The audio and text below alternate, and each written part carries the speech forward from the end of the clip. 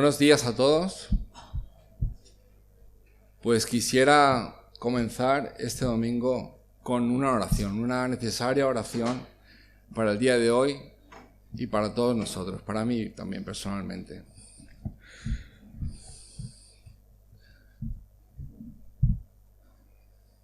Señor, estamos reunidos esta mañana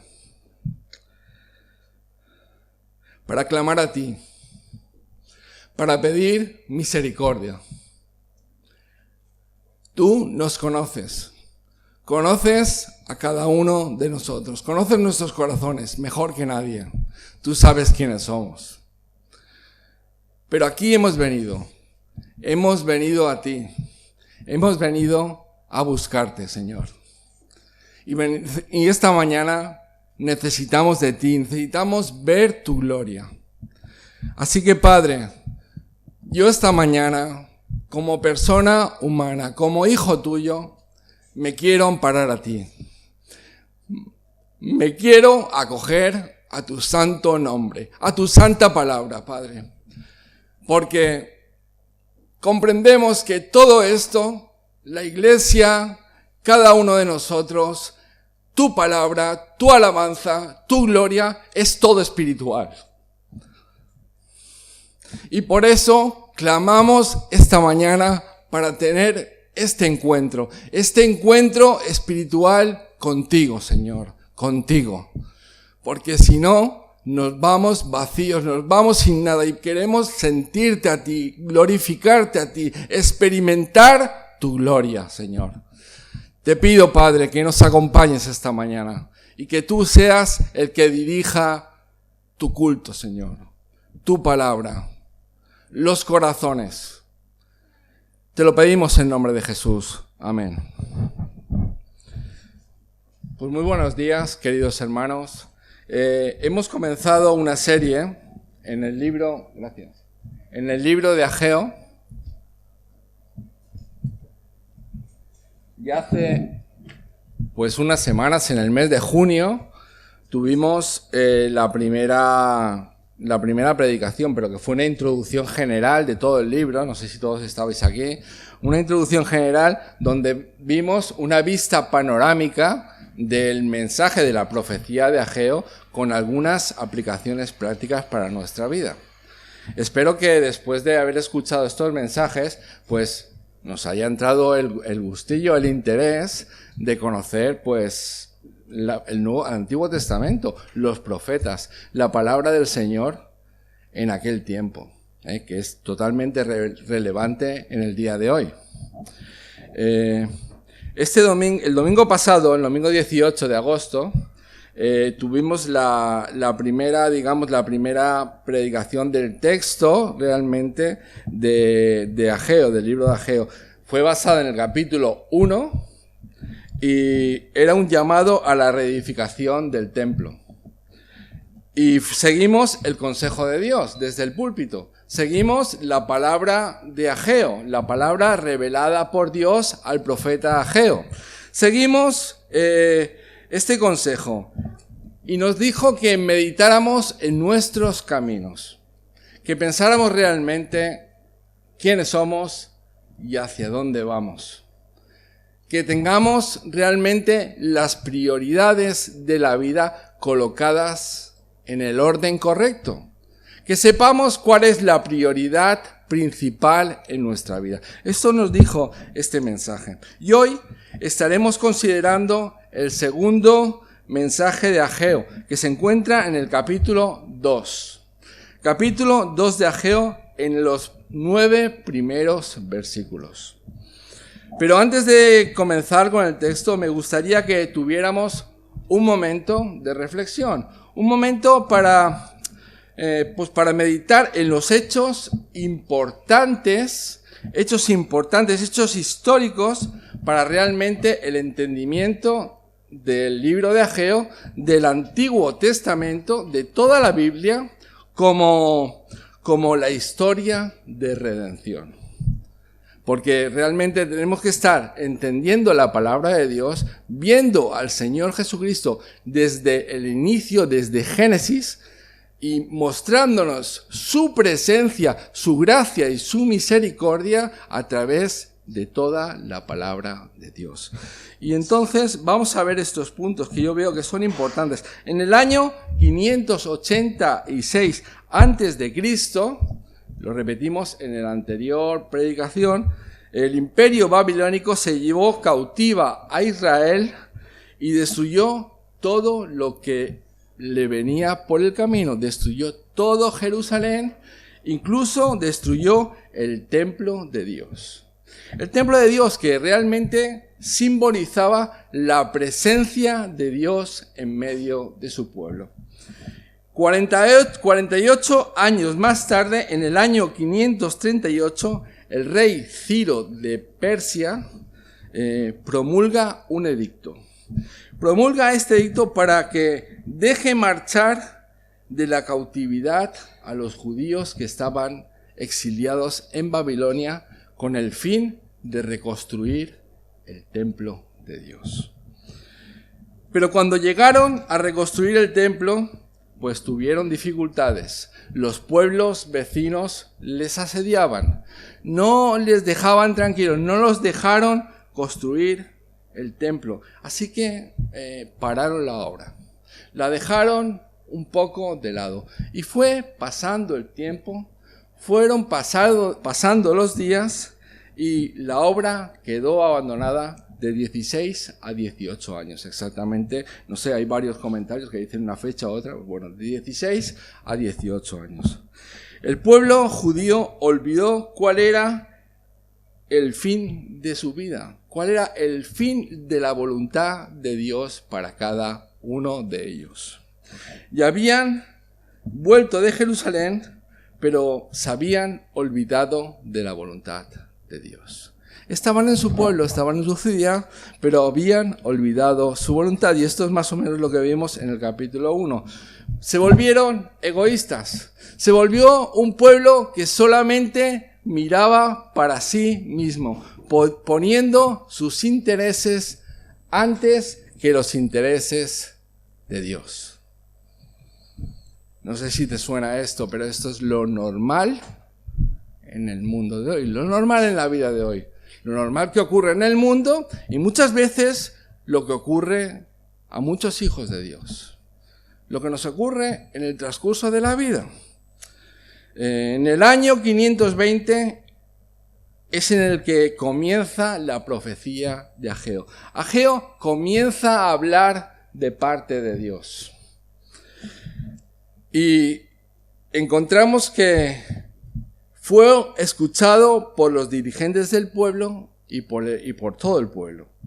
En Ageo capítulo 1 encontramos que el pueblo escuchó la voz de Dios. Eso fue el domingo pasado, cuando estuvimos predicando este capítulo. El pueblo escuchó la voz de Dios y tuvo un auténtico arrepentimiento a Dios. Es decir, se volvió a Dios, escuchó lo que Dios quería que hicieran, escuchó su voluntad y se puso a trabajar. Se puso en marcha. Recordemos que los hechos que ocurren en el capítulo 1 fueron en el año segundo del rey Darío, en el primer mes, en el mes sexto. Su calendario era totalmente diferente al nuestro. Pero bueno, yo he visto y sería en el mes de septiembre. Y el capítulo 2 comienza en el mes de septiembre, a los 21 días del mes, pasado aproximadamente un mes y 3 semanas, dijéramos que sería en el mes de octubre, comienza la profecía de Ageo. Ageo lo tenemos totalmente muy bien sellado, muy bien certificado, y muy bien fechado. En el mes después de estos acontecimientos encontramos en el capítulo 2 donde Dios vuelve a hablar a su pueblo a través del profeta Ageo con un segundo mensaje, que es el mensaje que vamos a tratar esta mañana. Es un mensaje donde Dios quiere mostrar la gloria del templo, la gloria de la casa de Dios. ¿Cuál es la gloria de la casa del Señor para este pueblo?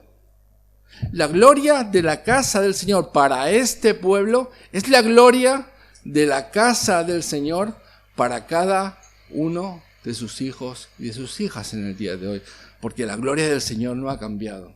La gloria del Señor sigue siendo la misma desde el principio de los tiempos hasta ahora. Leamos Ageo capítulo 2, versículos del 1 al 9.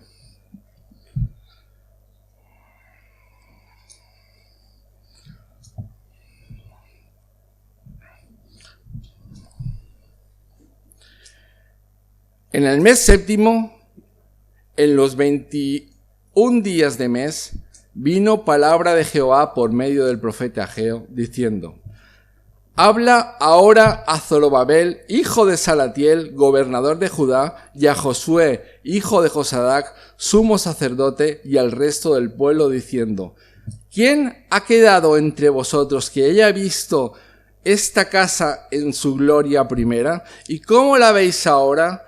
¿No es ella como nada delante de vuestros ojos? Pues ahora, Zorobabel, esfuérzate, dice Jehová, esfuérzate también Josué, hijo de Josadac, sumo sacerdote, y cobrad ánimo.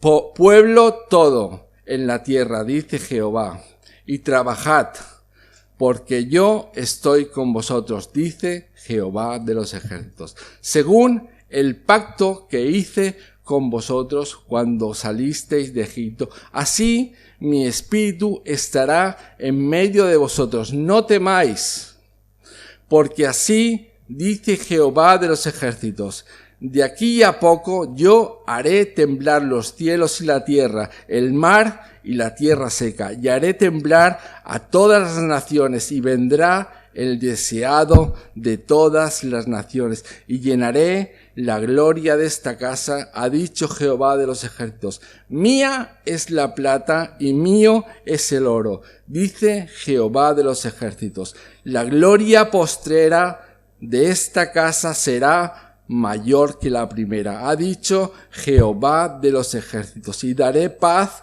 en este lugar, dice Jehová de los ejércitos. Amén. El Señor bendiga su palabra. El Señor vuelve a utilizar a Ageo su profeta, Ageo su mensajero. Ageo es la boca de Dios en ese pueblo. Donde no había esta revelación, Ageo decía la voluntad de Dios al pueblo. ¿Para qué? Para mostrarles la gloria del nuevo templo que estaban edificando, ese templo en el que estaban trabajando, en el que estaban edificando. Ageo quiere mostrarles cuál es la gloria. El Señor habló tanto a las autoridades, a Zorobabel, al gobernador de Judá, y a Josué, sumo sacerdote, y al resto del pueblo, y les dice tres cosas. Les dice tres cosas importantes para tener en cuenta, para conocer cuál era la gloria de Dios, la gloria de la casa de Dios. En los versículos del 1 al 3, el Señor les dice que no recuerdes la gloria pasada. En los versículos 4 al 5, les dice que toma aliento de la gloria presente. Y en el último apartado, en los versículos 6 al 9, les dice que ten esperanza en la gloria futura. La gloria pasada, la gloria presente y la gloria futura. El versículo 3, el Señor hace tres preguntas. Fijémonos en el versículo 3. El Señor hace tres preguntas por la boca del profeta Ageo y nos habla realmente de cuál era el pensamiento que moraba dentro de sus corazones. Ageo, capítulo 2, versículo 3. ¿Quién ha quedado entre vosotros que ha visto esta casa en su gloria primera? ¿Y cómo la veis ahora? ¿No es ella como nada delante de vuestros ojos?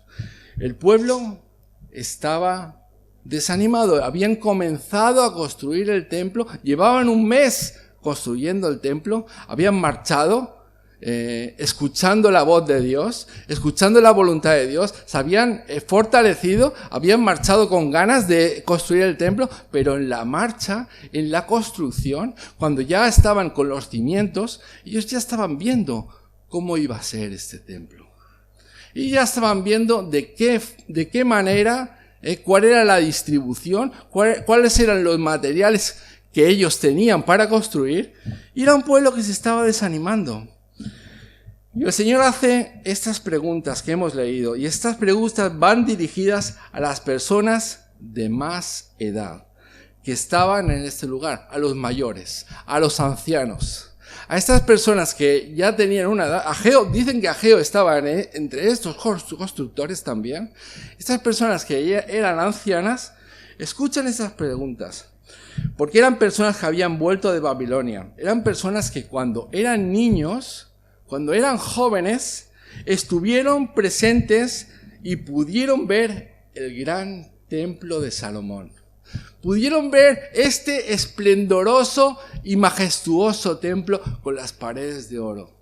Este templo engalanado con los mejores materiales. Este templo grandioso en medidas.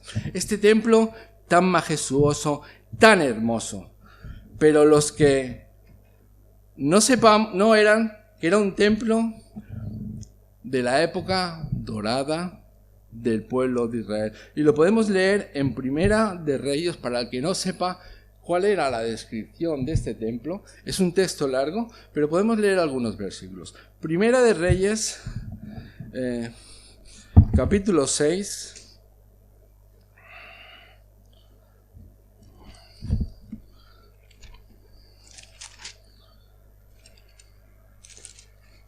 Primera de Reyes, capítulo 6, vamos a leer desde el versículo 2. La casa que el rey Salomón edificó a Jehová tenía 70 codos de largo y 20 de ancho, 30 codos de alto, y el pórtico delante del templo de la casa tenía 20 codos de largo. A lo ancho de la casa y a lo ancho delante de la casa eran 10 codos, e hizo la casa ventanas anchas por dentro y estrechas por fuera. Edificó también junto al muro de la casa aposentos alrededor, contra las paredes de la casa, alrededor del templo y en el lugar santísimo, e hizo cámaras laterales alrededor. El aposento de abajo era de 5 codos de ancho y el de en medio de 6 codos de ancho, y el tercero 7 codos de ancho, porque por fuera había hecho disminuciones de la casa alrededor para no empotrar las vigas de las paredes de la casa. Salomón, el templo fue un templo pensado por David porque estaban adorando el tiempo al Señor en tiendas, estaban adorando al Señor en tiendas, y David empieza a guardar todas las joyas, todos los materiales, todo lo preciado que ganaba y que venía a su casa para construir este templo. David no lo construyó, pero vino Salomón y construyó este grandioso templo. Y aquellos ancianos que estaban presentes, y el Señor le estaba haciendo recordar este majestuoso templo que habían visto. Aquel gran templo les dice que este segundo templo, este templo que estamos nosotros construyendo, no tendrá esas medidas. Ese templo va a ser mucho más pobre. Ese templo no va a ser tan grandioso. Ese templo va a ser mucho más sencillo. Ese templo va a tener las cosas que tenemos. Porque si recordamos, el pueblo de Israel en ese tiempo pues estaba pasando escasez. No había muchas lluvias, no había mucho dinero, pero necesitaban un lugar para adorar al Señor. Y la pregunta es, ¿no es la obra que estamos construyendo nada delante de vuestros ojos? Al comparar un templo con otro, ¿qué es lo que está diciendo a ellos en este momento. El Señor les dice lo que en el encabezado de este punto anuncia: no recuerdes la gloria pasada. No recuerdes aquella gloria que ya has vivido y te paralices y te desanimes. No recuerdes aquella gloria que ya no es la gloria existente ni la voluntad de Dios en ese momento. Era una obra que producía desánimo. Era una obra que producía desesperanza. Era una obra que realmente ellos no les entraba ganas de seguir trabajando, porque sus expectativas eran mucho mayores. Ellos querían algo mejor. Bueno, es normal, es un buen deseo querer lo mejor para el Señor, pero tienes que conformarte con las circunstancias que el Señor te está proveyendo en ese momento. El Señor les está diciendo: pensáis que el tiempo pasado es mejor que el presente. Cuando trabajáis y veis el resultado que tenemos, os desilusionáis. Y aunque continuáis haciendo el trabajo, no es lo mismo para vosotros. Ya no trabajáis de la misma forma, porque no ha llegado a vuestras expectativas, no ha llegado a lo que nosotros estábamos pensando para el Señor. Y aquí realmente podemos extraer algunas enseñanzas que podrían ser buenas para nosotros. Podríamos extraer algunas enseñanzas que nos puedan servir a nosotros hoy. Primeramente, cuando estamos trabajando en la edificación de la obra de Dios, cuando trabajamos en la obra del Señor y ponemos nuestro granito de arena, realmente nos hacemos responsables de lo que estamos haciendo. Y tendemos a ver mucho más allá de lo que tenemos en este momento en las manos. Y queremos algo mucho mejor. Y bueno, no es que sea malo. Pero lo malo, realmente lo malo, es que tendemos a comparar. Miramos otras iglesias. Miramos otros lugares, mucho más grandes, mucho más organizados, mucho más esplendorosos.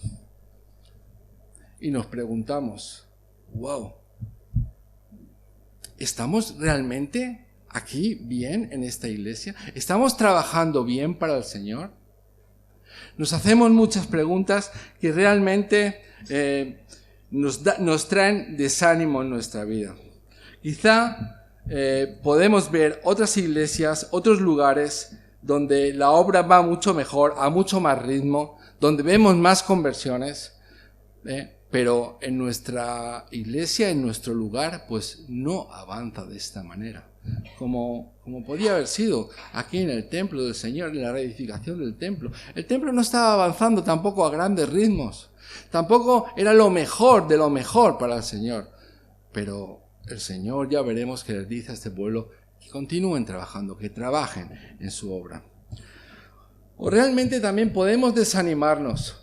Podemos realmente entrar en desánimo cuando nos enteramos, bueno, pues por páginas web o por revistas cristianas que llegan a nuestro alcance, que el ministerio Puertas Abiertas escribe que hay más de 245 cristianos en el mundo perseguidos. Y quizá nos desanimemos porque la obra del Señor, el reino de Dios, no avanza. Si somos responsables de nosotros mismos, por supuesto. Y quizá nos desanimamos. Muchas veces la imagen de este tiempo de la obra de Dios nos refleja desaliento. La imagen que vemos de la obra de Dios parece como si Dios no estuviera ahí. O sea, nos refleja un desaliento, una pobreza, una tristeza. Y nos podemos desanimar. Nos podemos desanimar porque no trabajamos con el mismo ímpetu, con las mismas ganas, con el mismo valor, con la misma entrega. No nos tenemos que ir demasiado lejos. No nos podemos ir a buscar un ejemplo muy lejos de la extensión del reino de Dios que este país, España.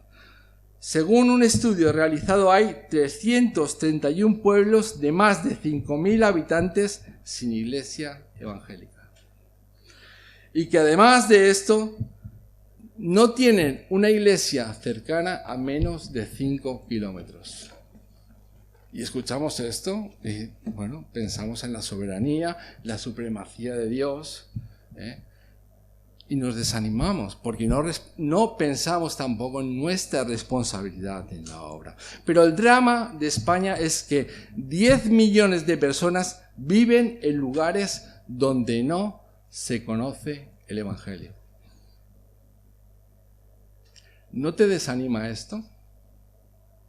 ¿Esto no produce un desaliento, un desánimo en tu vida? ¿O realmente al saber esto te están entrando ganas de edificar el templo de Dios? Edificar su casa. Y parece que todo el mundo le da igual. Parece que al escuchar estas cifras, al escuchar esto que ocurre en este país, en España, al escuchar lo que ocurre en el pueblo evangélico, parece que a todo el mundo le dé igual. Y no digo ya la iglesia, digo la obra del Señor, la obra de Dios. Parece que todo da igual. ¿No te parece que estás desilusionado? ¿No parece que esto es una situación terrible? Una situación malísima. Un pueblo comprometido con Dios que se desanima. Un pueblo que alaba al Señor, que adora al Señor, que habla de Dios con su vecino, con su amigo, con su hermano en la congregación, pero que realmente tiene un corazón que se desanima, un corazón desanimado. También encontramos muchas veces el desánimo de una forma personal, de una forma, en vez de global, en lugar de establecer iglesias mundiales, la iglesia perseguida, encontramos el desánimo de una forma personal, cuando realmente te fallan las fuerzas. Y creo que no soy el único que ha experimentado esto. Cuando realmente te fallan las fuerzas y estás luchando con tu pecado, estás luchando contra ti mismo, pero realmente dices, ya no puedo más, no hay nada que hacer, ya no hay nada que hacer. Y te olvidas y te desanimas. Quisiera ver una obra más grande de Dios en mi vida. Quisiera ver más pasión. Quisiera ver más piedad, más empeño. Y como no lo tienes, como no existe, como no está, te desanimas y no continúas. No sigues edificando el templo del Señor en tu vida. ¿No es este también un panorama que desilusiona? Como se desilusionaban aquellos edificadores del templo. ¿No es también un panorama que desanima?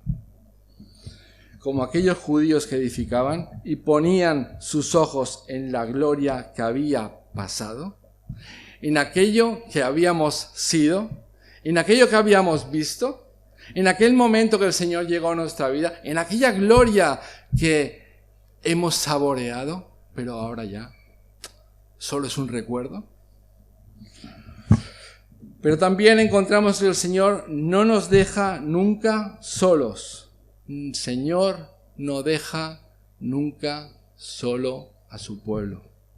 Y siempre está presente con ellos, siempre está junto a su pueblo. El Señor les dice a los constructores del templo que tomen aliento de la gloria presente.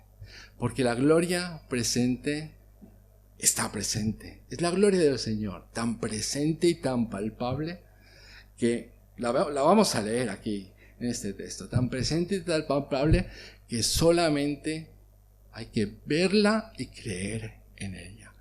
Y esto es lo que te da aliento para continuar y para seguir. El versículo 4 nos dice: pues ahora, Zorobabel, esfuérzate, dice Jehová, esfuérzate también, Josué, hijo de Josadac, sumo sacerdote, cobrad ánimo, pueblo todo de la tierra, porque yo estoy con vosotros, dice Jehová de los ejércitos, según el pacto que hice con vosotros cuando salisteis de Egipto. Así mi espíritu estará en medio de vosotros. No temáis. En estos versículos encontramos algo muy importante, algo totalmente relevante y de importancia para el pueblo de Israel y para nosotros. Es importante para todo hijo de Dios que ha sido llamado a edificar el templo. Porque yo no sé si todos hemos sido llamados por Dios. Los que no, para edificar el templo, realmente esto no es importante para ellos. Que el Señor esté presente en su vida no es importante porque realmente no están trabajando para el Señor, no están poniendo su fuerza y su empeño en la obra del Señor. Porque humanamente, como diríamos, en una situación desalentadora, como la que vive este pueblo que trabaja en la construcción del templo, realmente es una situación que no nos lleva a ningún sitio. No sé si te has puesto a trabajar en una obra, en un lugar donde has visto todo caótico, donde has visto y has entrado a poder ayudar, a poder hacer algo, a echar una mano y has dicho, wow, aquí no se puede hacer nada. Vamos a dejarlo. No vale la pena el esfuerzo. Si Dios merece... Sí, merece eso, pero merece mucho más que esto. Merece algo que yo realmente le voy a preparar, que yo voy a trabajar para Él. Pero ahora no podemos hacerlo en este momento, porque esto es desalentador. Es como cuando decir que es poco para ti. Es poco para ti.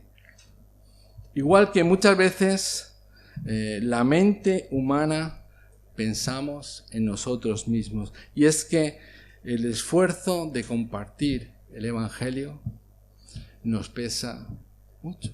Nos pesa muchísimo. Este esfuerzo de compartir el Evangelio nos pesa. Y no digo que no lo compartamos, lo podemos compartir. Pero cuando vemos que no hay fruto, cuando vemos como este pueblo que no había el fruto que ellos querían, que ese templo que se estaba edificando no era el fruto que ellos pensaban para el Señor, cuando vemos que no hay fruto y compartimos el Evangelio, decimos, no vale la pena. No vale la pena. Es que la gente es muy dura. Ya compartiré otra vez. No vale la pena mi esfuerzo. Dios merece mucho más. Otro lo hará mejor. Otro lo hace mejor que yo. Porque merece mucho más. Es más eficiente, más inteligente. Merece que lo haga otro y no lo haga yo. Pero el gran contrasentido que vemos en este texto, la gran paradoja que vemos en este texto es al mismo Dios. Al mismo Jehová de los ejércitos, al mismo Señor todopoderoso, perfecto en sabiduría, el Rey del mundo, el Rey del universo, el Rey sobre todas las cosas, diciendo a su pueblo que es fuerte. ¿Cómo lo ves? ¿Cómo lo ves eso? El Rey del universo, el Rey soberano que puede hacer cualquier cosa cuando quiera y donde quiera, le dice a su pueblo que se esfuerce.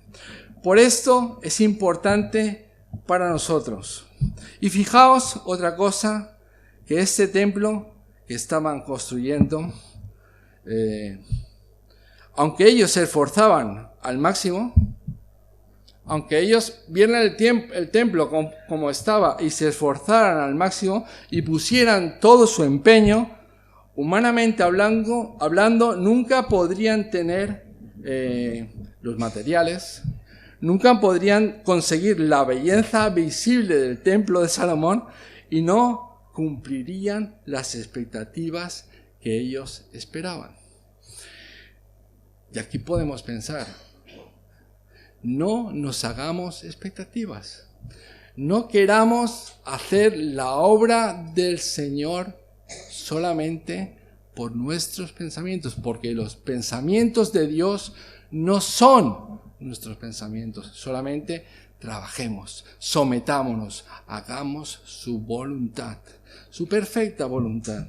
Pero de todo esto es importante para nosotros porque aquí tenemos un énfasis en el esfuerzo, en la obra de Dios.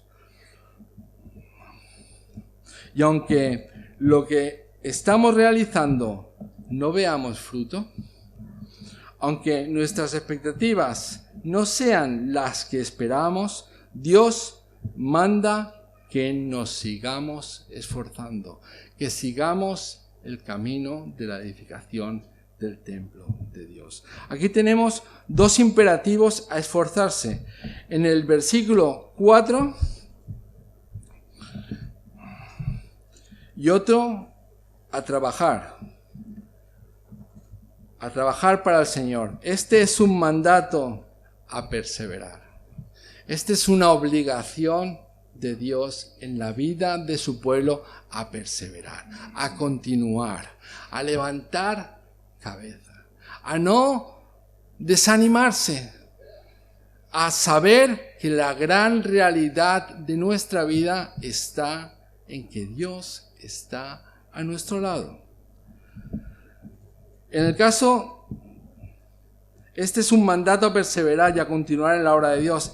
El caso es que la forma que tenemos de ver la vida y el mundo no es la manera con la que Dios lo ve. Debemos esforzarnos y pensar de este mundo lo que necesita este mundo. ¿Cómo está este mundo que nos rodea? Ahora bien, el Señor nos dice que los reconstructores del templo, para hacer todas estas cosas que hemos hablado, para hacer todo lo que hemos dicho, deben tomar aliento en su desánimo. Deben tomar aliento de la gloria de Dios presente, que ya estaba presente en medio de su pueblo. Volvemos a releer el versículo 4. Dice: pues ahora, Zorobabel, esfuérzate, dice Jehová, esfuérzate también, Josué, hijo de Josadac, sumo sacerdote, y cobrad ánimo, pueblo todo de la tierra, porque yo estoy con vosotros, dice Jehová de los ejércitos. La motivación que tenemos para esforzarnos, para cobrar ánimo en la obra de Dios, es que Él está con nosotros. Dios está con nosotros. Esta es la motivación, y no lo olvides. Y continúa trabajando para Él. Y no te desanimes, y no te desalientes. Él está contigo. Él está con su pueblo. Eso es una verdad muy grande, una verdad perfecta y duradera y fiel hasta el máximo. Si nosotros queremos servir a Dios, trabajar en su obra, esta verdad tiene que darnos aliento. Tiene que estar arraigada en nuestros corazones. Dios está de nuestro lado. Dios está de nuestro lado. Él está con nosotros y debes de sentirte privilegiado por esto. Debes sentirte totalmente gozoso por este hecho. Dios está con nosotros. Dios está con su pueblo. Debes hacer la obra y sentirte útil en ella. Sentirte una parte más de la obra de Dios. Sentirte útil en ella. Porque qué triste es ser hijo de Dios y no estar trabajando en su obra, no estar edificando su templo. Qué triste es. Qué triste es. Si es triste para nosotros, imaginaros qué triste puede ser para Dios. Qué triste puede ser para Dios. Él, que derramó su voluntad en tu vida. Él, que se acercó a ti. Qué triste es que no muevas un dedo, que no levantes tus piernas de donde estás y pongas esfuerzo en la obra del Señor. Vemos también en este texto la gran fidelidad del Señor. Otro motivo para tomar aliento en la presente gloria de Dios. La fidelidad de Dios. En el versículo 5 nos dice, según el pacto que hice con vosotros cuando salisteis de Egipto, así mi espíritu estará en medio de vosotros. No temáis. Aquí tenemos que entender una cosa. Dios no es como los hombres. Dios no es como pensamos que es. No lo es. No conocemos realmente cómo es Dios. Dios no rompe contratos. Dios es fiel a sí mismo. Dios no rompe un pacto. Dios ha hecho un pacto consigo mismo. Dios nunca lo va a romper. Dios es fiel, fiel. Dios es fiel por su pacto. ¿Por qué ha hecho un pacto?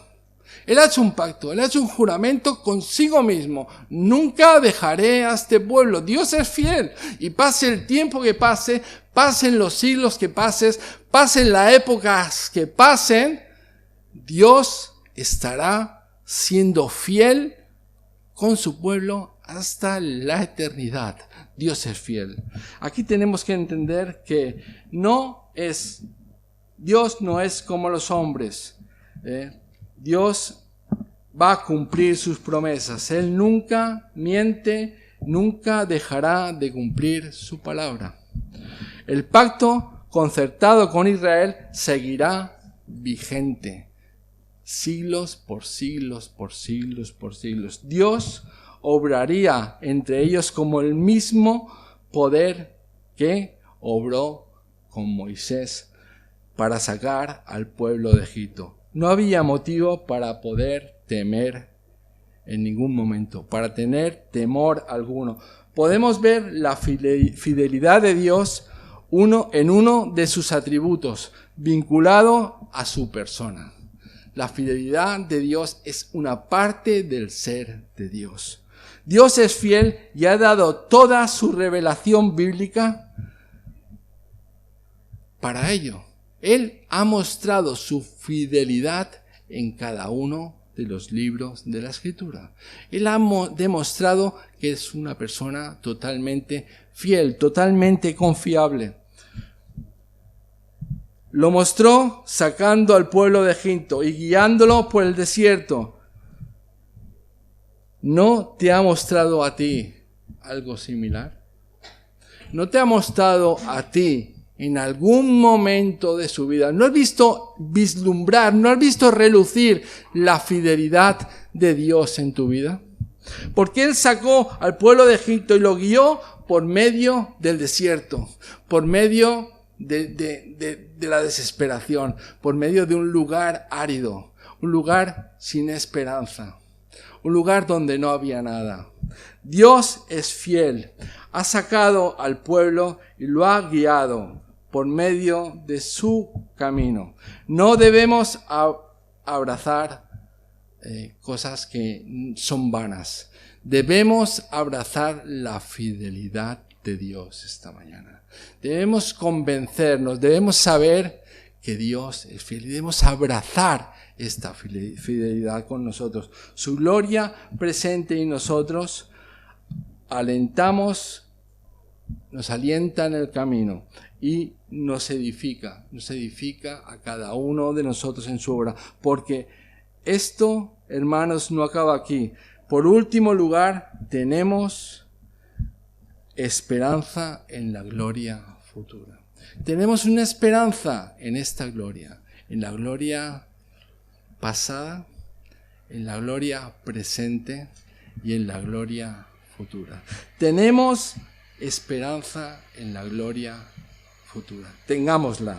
Versículo 7. Y haré temblar a todas las naciones y vendrá el deseado de todas las naciones. Y llenaré la gloria de esta casa, ha dicho Jehová de los ejércitos. Aquí tenemos un versículo, el versículo 7, que realmente debemos pararnos para poderlo interpretar bien. Porque los comentaristas dicen que este versículo es un poco difícil. Un poco difícil porque vendrá, la palabra vendrá en el original está en plural. Está en plural. Entonces, muchos no se ponen de acuerdo ni interpretan en conjunto bien este versículo. Algunos dicen que la palabra vendrá tiene alguna similitud con el original, que no es un singular, que es un plural, y que el entendimiento de este versículo es que está en el contexto del versículo 7 y 8. Dicen que lo que parece que nos diga es que Jehová, el Señor, al final de los tiempos traerá para sí la adoración de todas las naciones. Yo me decanto en que el versículo 6 dice que Jehová de los ejércitos dice que un poco en breve hará temblar los cielos y la tierra seca. Según podemos leer en Hebreos 12, 26 y 27, que se refiere a que Dios temblará, removerá, acabará y destruirá los cielos y la tierra que conocemos. Y en Apocalipsis 21:1 también se habla de esto, de que las cosas creadas o movibles serán derribadas a los pies del Señor. Serán removidas por medio de su gloria. Todo lo terrenal debe agitarse y ser alentado. Todas las palabras que la tonalidad de la creación terrenal debe perecer. Y vendrá el deseado. Después de este momento apocalíptico, después de este momento de destrucción, vendrá el deseado de todas las naciones. Y algunas Biblias, como la Biblia de las Américas, traduce como el tesoro de todas las naciones. El tesoro de todas las naciones, nos dice en otra Biblia. Jesús es el deseado. Jesús es el mejor templo. Es ese templo que aquellos estaban construyendo y Ageo dice que la gloria postrera será mayor que la primera. Jesús es el templo grandioso, el templo de Dios mediante el cual tenemos una expiación perfecta. Tenemos un perdón perfecto. En Él tenemos la esperanza futura. La esperanza que está aquí, que está esperando, esa esperanza futura, porque solo mediante su sangre y su sacrificio entramos en la presencia de Dios, como aquel templo que simbolizaba la presencia de Dios en medio de su pueblo. Jesucristo es la presencia de Dios en medio nuestro. Su presencia en este culto está diciendo que Él es la gloria futura, la gloria que será alabada por medio de todas las naciones. Aquella gloria que dio su sangre por todo aquel que cree en su palabra. Aquella es la gloria, esa es la gloria futura. Jesús es el cimiento de la iglesia. Jesús es el cimiento de aquel templo. Jesús es el templo espiritual en nuestras vidas. Y dejarme terminar, porque quiero leer un versículo. Primera de Pedro, capítulo 2.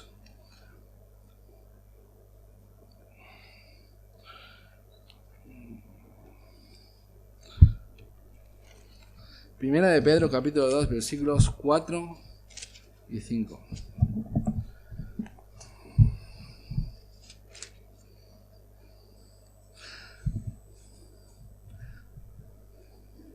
Acercados a él, piedra viva, desechada ciertamente por los hombres, mas para Dios escogida y preciosa. Vosotros también, como piedras vivas, sed edificados como casa espiritual y sacerdocio santo, para ofrecer sacrificios espirituales y aceptables a Dios. Gracias a Dios que ha entregado a su Hijo Jesucristo para el perdón de nuestros pecados. Él es la gloria futura.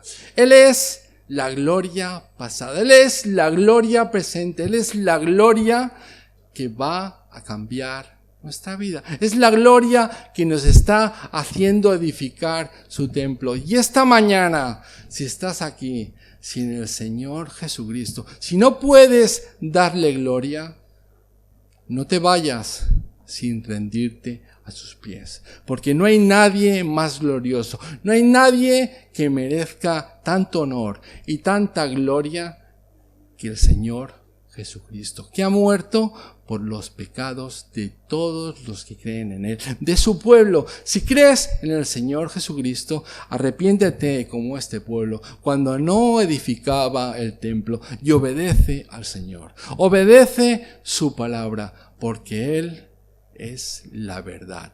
Él es el camino, la verdad y la vida. Nadie viene al Padre si no es por Él. Y a quien Él va, no le echa fuera, no le echa nunca fuera. Ves al Señor Jesucristo. Es el descanso de nuestra vida. Es el ánimo para nosotros. Es la gloria de esta casa. La gloria de la casa de Dios es la persona del Señor Jesucristo.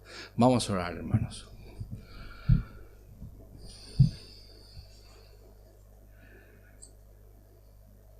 Señor, te agradecemos que tu Hijo Jesucristo esté siempre presente en tu palabra. Esté siempre presente aquí. Porque abramos el texto que abramos, leamos el libro que hablamos, todo está reflejado, todo está apuntando a la gloria del Señor, a la gloria del Señor Jesucristo. Padre, que seamos responsables con nosotros mismos, responsables con tu llamado, con el llamado que hemos recibido por gracia, Señor. Y que miremos a lo exterior, Señor, y tengamos piedad con los hombres. Que tengamos la piedad que tú has tenido con nosotros, con los hombres que no te conocen, Padre.